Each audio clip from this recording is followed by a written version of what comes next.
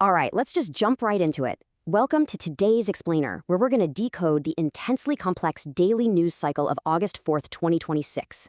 My goal today is to help you see the invisible threads connecting massive, trillion-dollar global forces all the way down to, well, the literal food in your refrigerator. We are taking a macro to micro journey, pulling directly from today's headlines to show you exactly how global shifts cascade right into our everyday lives. So here's our roadmap for today. We're going to cover 1. The AI and global economy. 2. Climate and geopolitical tensions. 3. Washington politics and justice. 4. Community and societal shifts. And finally, 5. Culture and consumer trends. Kicking things off with Section 1, the AI and global economy. $174 trillion. U.S. household net worth just reached that absolutely staggering number. That's a $13 trillion increase from the previous year alone. And what's fueling this? It's largely the massive stock market rally tied directly to the AI boom. Tech companies are spending hundreds of billions on data centers, new construction, and chips. And that sheer exuberance is heavily inflating household wealth and bolstering consumer spending across the board. But there's a massive dual nature to this boom. On one side, we have the AI economic boost. AI investment is literally responsible for nearly a third of the nation's recent economic growth.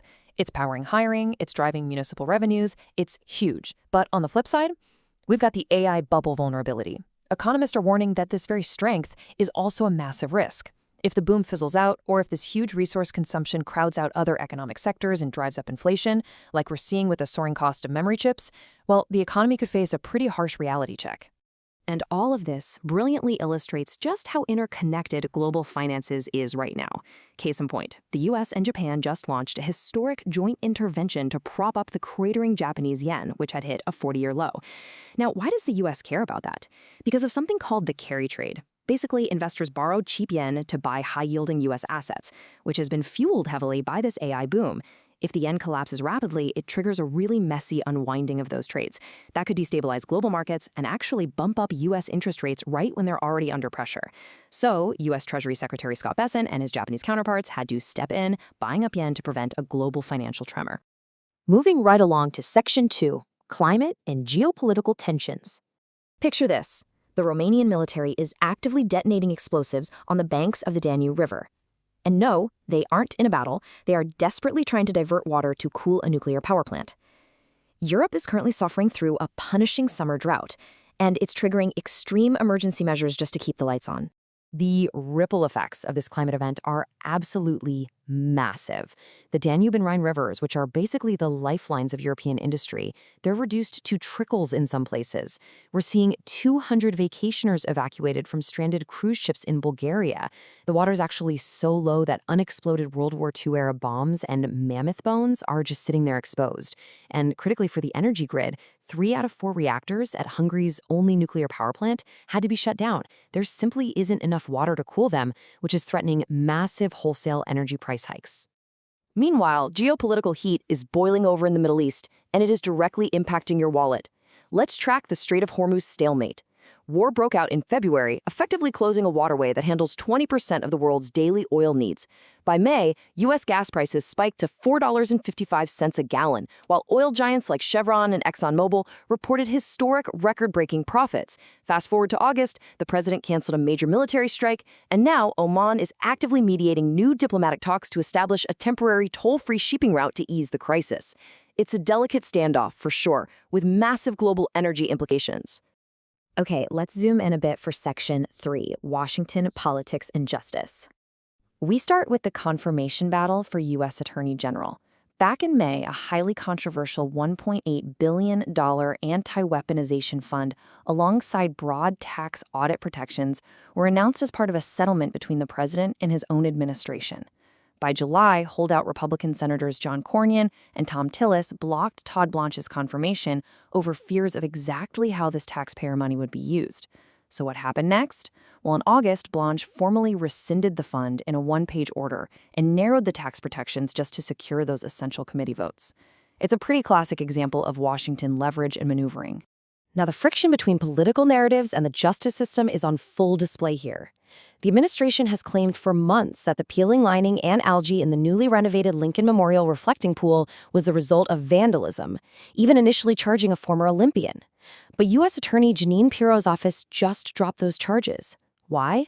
Because the court filings cited new information pointing to a botched installation by a contractor on a $16 million rush job meant to be ready for July 4th. They stated the damage was just too widespread to be vandalism. This reversal has reportedly caused deep frustration over at the White House. There are two more major accountability stories catching our eye today. First, the House Ethics Committee has formally recommended the censure of North Carolina Representative Chuck Edwards after finding substantial reason to believe he made unwelcome sexual advances and created a hostile workplace for two young female staffers. Second, there's a genuinely terrifying discovery in the justice system. A 30-year security vulnerability was found in Thermo Fisher's digital DNA lab software. Researchers proved that by using widely available AI tools, amateurs could alter computerized DNA evidence files without leaving a single trace. The company is now rushing out a patch with digital signatures to secure 3 decades worth of criminal files. Unbelievable, right? All right, stepping down from Capitol Hill, let's look at Section 4, Community and Societal Shifts. This is the primary school in East Palo Alto, California. It was co-founded by Dr. Priscilla Chan and funded by the Chan-Zuckerberg Initiative, but after a decade of operation and over $125 million in funding, it suddenly shut its doors for good in June, leaving a massive void in the community for the families who heavily relied on it. It really highlights the stark gap between an incredible philanthropic vision and harsh realities. The whole child vision was beautiful: tuition-free education, free dental checkups, early intervention screenings, and wellness coaching for low-income students. But the reality? Academic performance struggled. Only 26% of students exceeded state literacy standards compared to 47% statewide. Furthermore, relying entirely on a single massive backer proved unsustainable when the initiative decided to halt funding. It proves that even with virtually unlimited resources, revolutionizing K-12 education is incredibly difficult.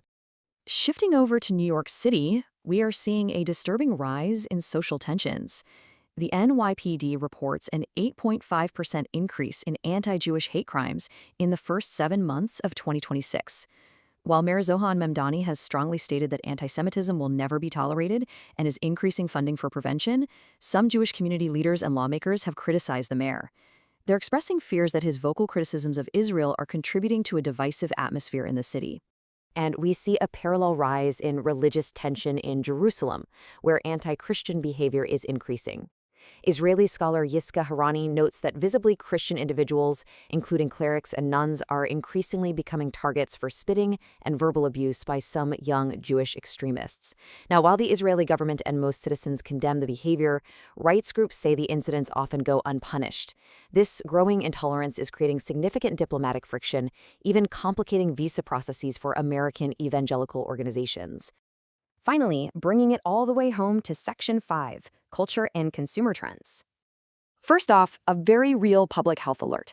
A massive foodborne illness outbreak of cyclospore has spread across more than 40 states. Tragically, Michigan public health officials just reported the first 2 deaths connected to this unusually large flare-up. The largest branch of the outbreak has been linked to Taylor Farms' shredded iceberg lettuce, showing just how quickly agricultural supply chains can turn into national health crises. On a totally different cultural note, retail is seeing a massive shift right now. Major fashion brands are officially pivoting to the secondhand clothing market. It's a fascinating trend where sustainability meets business strategy. Top-tier labels are actually embracing the resale ecosystem to capture a changing, way more economically and environmentally conscious consumer base.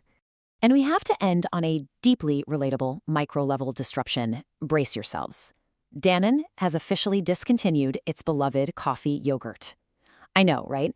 For nearly 40 years, dedicated fans relied on this creamy 5.3-ounce cup, which reliably delivered 32 milligrams of morning caffeine and 11 grams of sugar.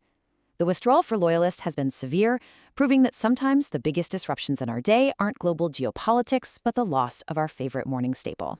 And that, folks, brings us to the end of today's Explainer. We've gone from trillion-dollar AI investments shaking up global currencies to explosive droughts in Europe, right down to a missing cup of coffee yogurt on your breakfast table. So I leave you with this question to ponder.